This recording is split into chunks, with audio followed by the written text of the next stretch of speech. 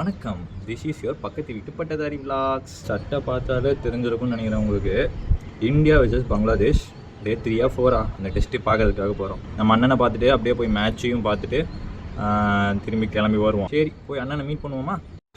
அந்த ஒரு கார் தெரியுதா, அந்த காரில் தான் நம்ம அண்ணன் இருக்கார். இப்போ நம்ம போய் என்ன பண்ண போகிறோன்னா, ஆஃபீஸ் எனக்கு எப்போயுமே 10 நிமிஷம் வந்து வெயிட் பண்ணுவார். நான் தான் லேட்டாக வருவேன். இப்போ போயிட்டு என்னென்னா எப்போ பாரு லேட்டாக வரீங்க அப்படின்னு சொல்லுவோம். என்ன சொல்கிறாருன்னு பார்ப்போம்.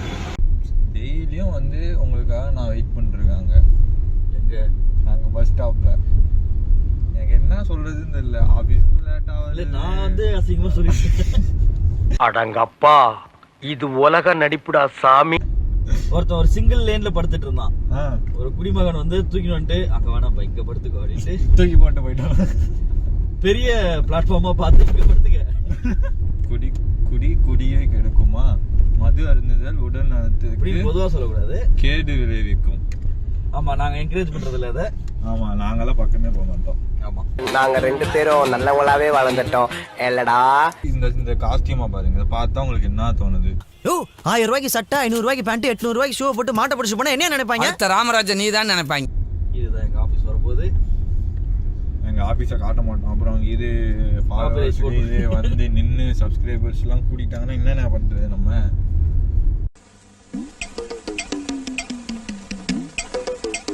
நம்மளே ஒரு ஜிமெயில் அக்கௌண்ட் ஒரு 10 அக்கௌண்ட் வச்சுக்கிட்டு மாத்தி கீழே முன்னாடி ரொம்ப யோசிச்சிருக்கேன். இந்த யூடியூப்லாம் பண்ணுவாங்கல்ல, அவங்க எல்லாம் பண்ணும்போது எதுக்கு இவங்க ரொம்ப கஷ்டப்படுறாங்க? இப்போ நம்ம ஒரு 100 ஜிமெயில் அக்கௌண்ட்டை நம்ம ஃப்ரெண்டு ஆளுக்கு 10 அக்கௌண்ட்னா 10 பேருக்கு 100 அக்கௌண்ட்டு. நம்ம காலேஜில் எப்பயுமே நமக்கு ஃப்ரெண்ட்ஸ் அதிகமாக இருக்கும். எல்லா டிபார்ட்மெண்ட்லேயும் வச்சிருப்போம். ஜிமெயிலே ஸ்பேம்னு ஒன்று வச்சிருப்பான். அப்படிதான் ஒருத்தன் இப்போ இருந்தாலும் ஒரு 5 அக்கௌண்ட் வச்சிருப்பான். பிடிச்சி எல்லாத்துலேயும் போட்டுட்டு பார்த்தோம்னா அதுலேயே நமக்கு காசு வந்துருமே. இதுக்கு நம்ம தேவையில்லாமல் வேலைக்கெல்லாம் போயிட்டு கஷ்டப்பட்டுட்டு நம்ம இப்படியே பெரிய இல்லாம. ஜப்பான்கார என்னென்னமோ கண்டுபிடிக்கிறா, நான் எதை கண்டுபிடிச்சிட்டு வந்துக்குது பாரு. அப்புறம் தான் காலேஜ். இப்போ மட்டும் என்ன, காலேஜ் முடிஞ்சோடனே தெரிஞ்சது ஒத்த பையன் ஃபோன் பண்ணா எடுக்க மாட்டோம் அப்படின்னு. பட் இருந்தாலும் நீங்க பண்ணுங்க, இப்பவே போய் சப்ஸ்கிரைப் பண்ணுங்க. கீழே ஒரு அந்த பட்டன் கலர் வேற மாறிட்டான்னு முன்னாடி இல்ல சர்ப்ரைஸ். ஆமா, பண்ணுங்க. சாப்பிடலான்னு பார்த்தா ஒரு கடையை காத்தால 6 மணிக்கு சாப்பிடாம இந்த மேட்சை வேற எதுக்குன்னு தெரியல. ஜெயிக்க போற மேட்ச் இதான். இதை வேற நான் சொல்லிட்டேன். ஒரு அதுக்கு மேல நீ வாய் வைக்கிறதா, பங்களாதேஷ் ஜெயிச்சிருவாங்க, அவனுங்க அடிச்சுட்டு தான் அடுத்த வேலை பார்ப்பானுங்க. லெஃப்ட் ஹேண்ட் சூறாவளி ஒருத்தர் இருக்கான்டா. இன்னும் எனக்கு சின்ன வயசுல இருந்து பாத்துட்டு இருக்கேன், இன்னும் பேட்டிங் ஆடிக்கிட்டு இருக்கான் அவன். ஓ, சகிப் அல் ஹசன். எனக்கு யாரெல்லாம் ஆடுறான்னு கூட தெரியாது. நேற்று தான் கால் பண்ணி டிக்கெட் இருக்கு வரியான்னு கூப்பிட்டு ஆடுறேன். ஆமா, அந்த புண்ணியவானுக்கு ரொம்ப நன்றி. ஒரு டிக்கெட் இருக்கு, போயிட்டு வரீங்களா அப்படின்னு கேட்டான்.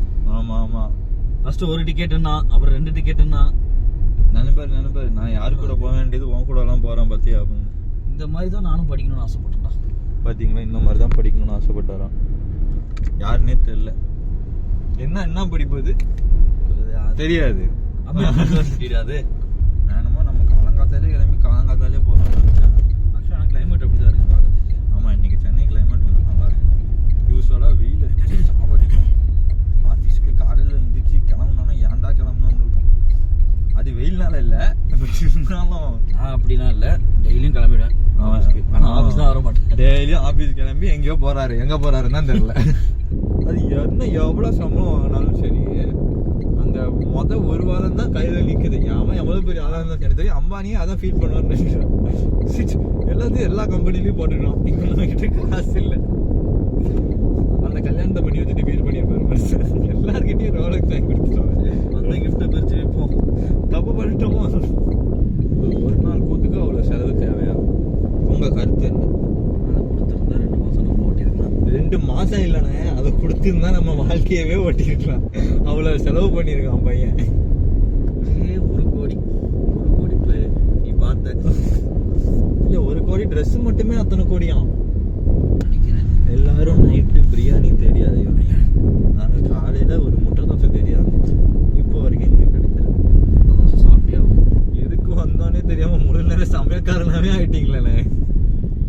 மேட்ச் ஆடா முக்கியம், சோறு தானே முக்கியம். ஸ்டேடியத்துக்கு வந்துட்டோம். ஆக்சுவலி முட்டை தோசை கிடச்சிருச்சு எங்களுக்கு ஒரு இடத்துல. முட்டை தோசை தின்ட்டு தான் உள்ளே வரோம். இன்னும் விக்கெட்டே விடலை. ஜெயிப்பாங்க எல்லாம் தோப்பாங்களான்னு தெரியல. போய் கொஞ்சம் நேரம் நல்லா ஃபன் பண்ணிட்டு வருவோம். ஓகே, உள்ளே சந்திக்கிறேன். ஸ்டேடியத்துக்குள்ளே வந்துட்டோம். மேட்ச் ஆரம்பித்து டீக்கு தான் வந்திருக்கோம் நம்ம இல்லை. ஆனால் முட்டை தோசை சாப்பிட்டோம். அதான் மெயின். தம்பியோட ட்ரைபாட வர பிடிக்கிறாங்க. ஆமாம், உள்ளே வரும்போது அந்த கேட்டால் அந்த ட்ரைபாடை வச்சு நான் இங்கே ஒரு புரட்சியை கிளப்பிடுவேன், புரட்சி ஏற்படுத்தக்கூடாது, அதை வச்சுட்டு போன்றாங்க. திருப்பி போனால் அது இருக்குமான்னு கூட எனக்கு தெரியல. இது ஆமாம், இங்கே ஒரு கம்பி இருக்குது ஸ்ட்ரைட்டாக. ஆக்சுவலி இதையோட பின்னாடி போய் உட்காந்தோம்னா ஒரு பில்லர் இருக்கும், அந்த பில்லர் மறைக்கும் சீட்டை அப்படியே. இப்போ அங்கெல்லாம் பார்த்தோன்னா பில்லர் இருக்குது பாரு, அங்கே ஒரு பில்லர் இருக்கா, அந்த பில்லருக்கு பின்னாடியே சீட் இருக்குது. ஆக்சுவலி அதே பைத்தியக்கார பசங்களா, நீங்களே சீட்டு போட்டு நீங்களே மறைக்கிறீங்க. ஆரம்பிச்சிட்டாங்க. அஸ்வின் நான் பவுலிங், அதானே பார்த்து என்னடா தேவையில்லாமல் கத்துறாங்கன்னு. ஆஷ் நான் பவுலிங் போடுறாரு. நான் தான் நேற்றுக்கு சொல்லி கொடுத்தேன் கேரம் பால் போட சொல்லி.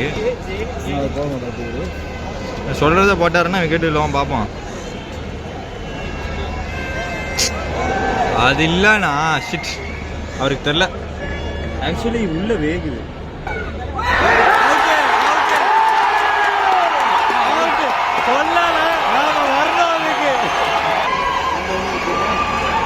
இப்போ அதான் வந்து உட்காந்தானே விக்கெட்டு. அதான் சொன்னேன் இப்படி திருப்பி அப்படி போடு அப்படின்னு. கோலி பாலை தொட்டாலே கத்துறாங்க. ரவிச்சந்திரன் ஒரு விக்கெட் வந்துச்சு, இப்போ ரவீந்திரனுக்கு ஒரு விக்கெட் வரும். டெஸ்ட்டில் எதுக்கு கத்துறதுன்னு தெரியாம என்ன பண்ணாலும் கத்துறாங்க. இன்னொரு 4 பேர் இருக்கு. சிராஜுக்கு இவ்வளோ ஃபேன்ஸா? ஆச்சரியம். பார்க்க மாட்டானா?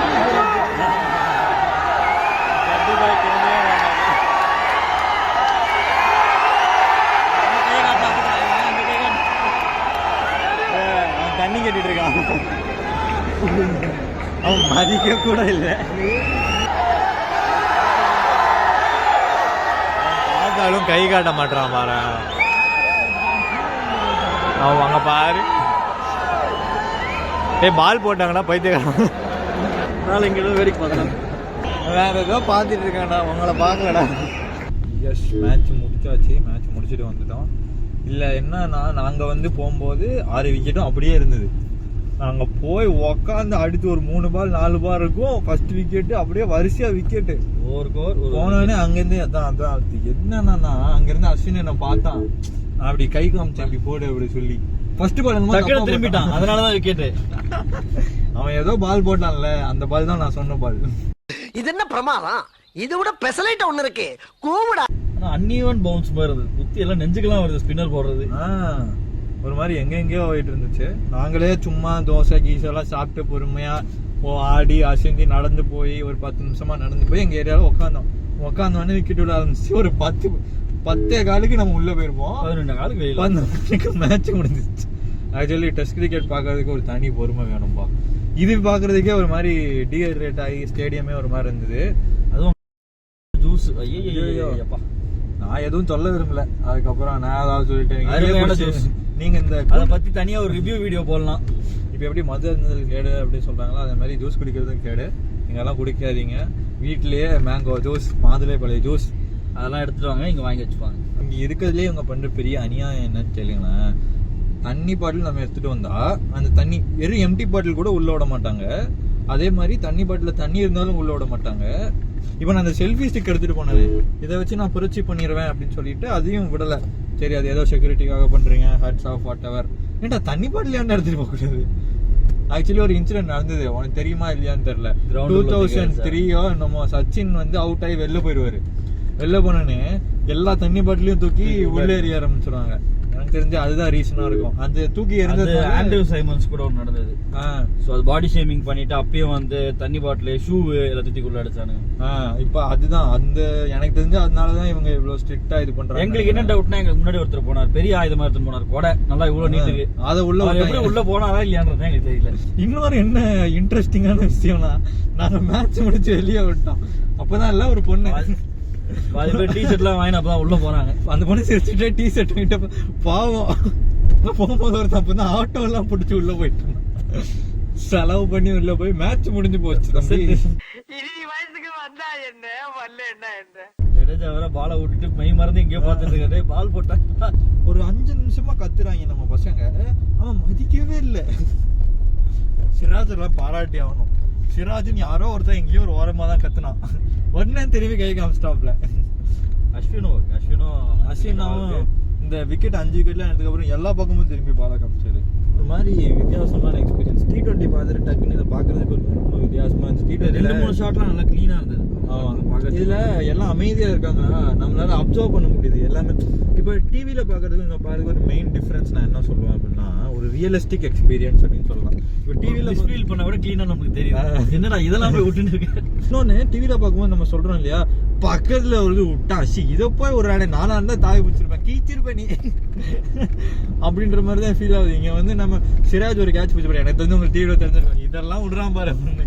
நேர்ல பார்க்கும்போது தான் தெரிஞ்சு அவங்க எங்க இருந்து தெரியல. நல்ல எக்ஸ்பீரியன்ஸ்லாம் நான் சொல்லலை, ஏன்னா கொஞ்சம் ஒரு மாதிரி பொறுமை தேவை இதை பார்க்கறதுக்கு. எனக்கு அது இல்லை. எப்போ தோனி ரிட்டையர் ஆனாரோ அப்பயே அந்த பொறுமையெல்லாம் எனக்கு போயிடுச்சு. இன்னைக்கு எவ்வளோ பரவாயில்ல, மேட்ச் வந்து சீக்கிரம் முடிஞ்சிருச்சு. நான் வீட்டுக்கு கிளம்புறேன், அவரும் அவர் வீட்டுக்கு கிளம்புறாரு. அதனால அதோட இந்த vlog நம்ம முடிச்சுக்கலாம். See you guys in another vlog. Until then, this is பக்கத்து வீட்டு பட்டதாரி and Vamsi signing off. Peace.